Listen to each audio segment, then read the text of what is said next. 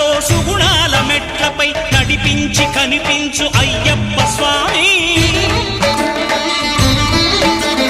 మకర సంక్రాంతి సజ్జోతివై అరుదెంచి మహిమలను చూపించు మణికంఠ స్వామి.